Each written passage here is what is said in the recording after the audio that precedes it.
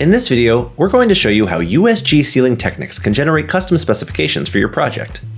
We'll start with this finished lobby ceiling, which uses both bars baffles and Mars acoustical panels. To generate our custom spec, we'll click on Specs and Pricing in the USG Technix panel. For this video, we'll select Custom Specifications, though you can also generate budgetary pricing from this same dropdown. From this panel, you can choose which documents you want to download by product, including finish schedule, architectural specs, and data submittal. For our purposes right now, we only want to look at the custom specs for the Mars acoustical panels. Next, click Download.